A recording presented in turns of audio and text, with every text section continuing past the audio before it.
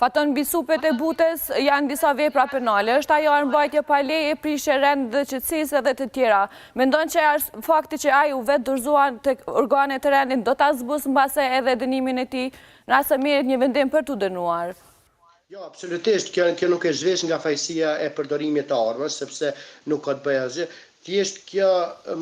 mund të jetë një lehtësim shumë i vogël, mirë po jo nuk e zhbën atë çfarë buta ka bërë, pra përdorimin e armës, faktin që ka shkaktuar panik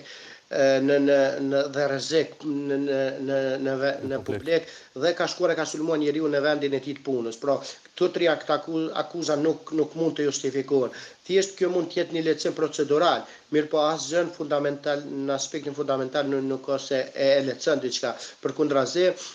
Përkundrazi policia dhe nëse nuk do të ishte dorëzuar, do ta kishte arrestuar shumë shpejt sepse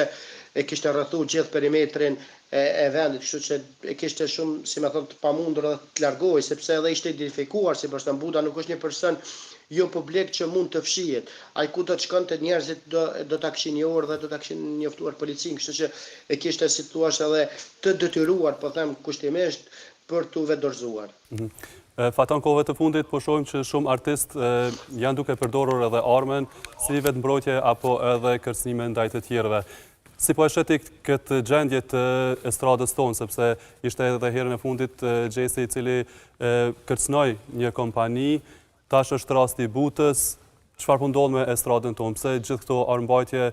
me leje pa leje nuk po dihet ende, si e komenton ti këtë gjë? Në Kosovë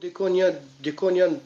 mbi 300.000 armë në dorë të qytetarëve, që nëse e përkthejmë mbi moshën 18 vjeçare, çdo i treti qytetar i Kosovës presupozohet që e posedon një armë. Pra, nga këto 300.000 armë dikon 60-70.000 janë me leje, mbi 230.000 armë janë pa leje. Dhe këto armë kryesisht vinë nga Turqia, vinë në si jo armë të plota, mirë po si pjesë dhe pastaj këtu ka vende ku edhe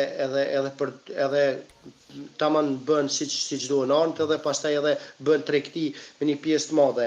edhe nga Serbia një pjesë e madhe bën tregti. Kështu që këto 300.000 armë qytetarëve janë rrezik sepse nuk është bërë asnjë analizë edhe ndaj personave që jepën armët me leje për të parë se janë në gjendje për ta përdorur atë armë. Pra janë mirë mentalisht, a kanë, si thuash, nevojë vërtet për të pasur një armë tjetër. Kështu që numri shumë i madh i armëve dhe këto faktin që traumat e luftës edhe një pjesë e madhe njerëzve që ne si shqiptar jemi edhe gjaknxet, pak këto që e bëjnë, si thuash, tragjedinë e bëjnë më të kollajshme. Prandaj besoj që institucionet e Kosovës, policia duhet me marrë një aksion vërtet shumë të madh për dorëzimin e armëve dhe armë të kenë vetëm njerëz të cilët bëjnë punë ku vërtet rrezikohen dhe përndryshe nuk ka nevojë një qytetar i zakonshëm me pas një armë sepse janë institucionet e Kosovës ato që ofrojnë siguri. Kështu që kjo është, si thuash, elementi bazë i fatkeqësive edhe i ngjarjeve që po ndodhin është pikërisht numri i madh i armëve në dorë të qytetarëve. Mbi 300.000 armë, pra